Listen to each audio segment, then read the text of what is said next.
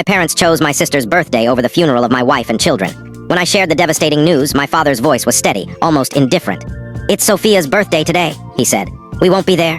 6 months later, a single news article about me sent my family into a frenzy when they discovered what I'd done. My name is James Carver, but most people call me Jamie. I'm 41, and if you ask what I do, I'd probably give a tired grin and say I'm navigating the chaos my family has left in its wake. This isn't a story of fairy tale endings or cinematic triumphs. It's raw, messy, and full of scars that time refuses to heal.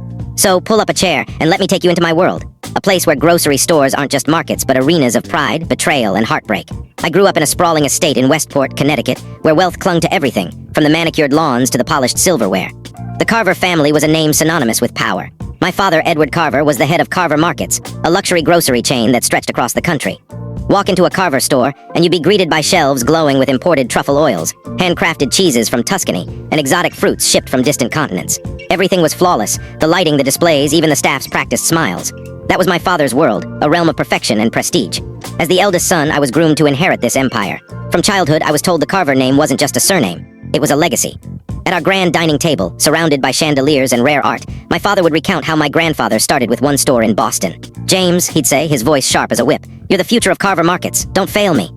I'd nod, but as a young boy, I couldn't grasp why I had to bear the weight of a dynasty at 10 years old. Our home wasn't a family. It was a corporation. My mother, Lillian, always dressed in designer gowns and diamond earrings, but her gaze often drifted, as if she were trapped in a gilded cage. My younger sister, Sophia, 5 years my junior, was my father's mirror, always knowing how to charm him, always wearing the right smile. I, on the other hand, was the questioner, the one who felt stifled at gala dinners where talk revolved around investments, estates, and private jets. But everything changed when I met Claire. Claire was the spark that illuminated my shadowed world, and the flame that set every tragedy in motion. I met Claire Donovan during my junior year at Yale. It was a chilly fall day, leaves swirling across the campus quad.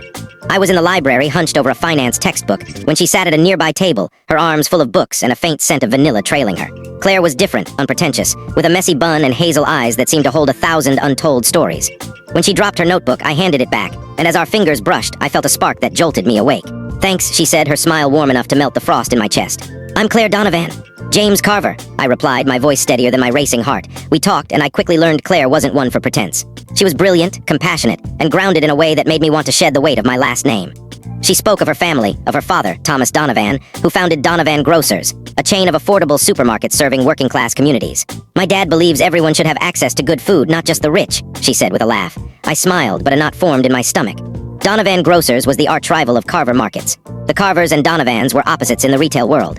Carver Markets catered to the elite, where customers paid premium prices for status symbols like our teeth. For complete story, follow the given link below. Please like and subscribe Meesha's Quest Tales for new stories.